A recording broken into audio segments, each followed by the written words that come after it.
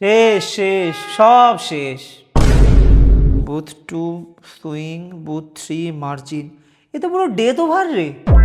ও কাকু প্লিজ, সকাল সকাল এত টক্সিক ভাই, আমার রিলসের অ্যালগোরিদমটা পুরো ডাউন খেয়ে গেছে। কি অ্যালগোরিদম?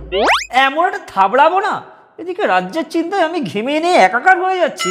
ওটা হিট ওয়েভের জন্য কাকু, এসিটা চালাও, সব ঠান্ডা হয়ে যাবে। দেখা চিল পিল কাকু, মোটে তো দুটো ফেজ, কালকেই শেষ। এটাই তো তোরা বুঝিস না, দুটো ফেজ মানেই ডেঞ্জারাস, মেকআপ দেওয়ার কোনো জায়গা থাকে না, এটাই তো টেনশনের। নিজে কখনো বিল্ডিংয়ের সেক্রেটারি ভোটেও দাঁড়ায়নি, তোমার ভোট নিয়ে তো টেনশন কিসের? পলিটিক্সটা তোরা বুঝলি না। ধর প্রথম ফেজে ডাল পেলি, সেকেন্ড ফেজে আশা করলি কি মাটন পাবি। মাটন রাজ্যে কিন্তু ট্রেন্ডিং এ এখনো ডিম ভাতি আছে কাকু। আচ্ছা ঠিক আছে ডিম ভাতি ধর, কিন্তু এলো কি করলা ভাজা। এবার বল তাহলে কি করবি? কি আবার করবো, আনফলো দেন ব্লক। আমি কিন্তু সই কি করবো।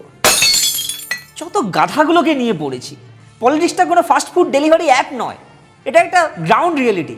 কোন স্ট্র্যাটেজিতে রাজ্য চলবে সেটা বুঝতে হবে না? কাকু তুমি অলরেডি এল খেয়ে গেছো। এল মানে বুথ লুট? না না, কিচেন লুট। কি? কাকিমা ভোটের ডিউটিতে গেছে, রান্নাঘর ইভিএম এর মতো সিল্ড।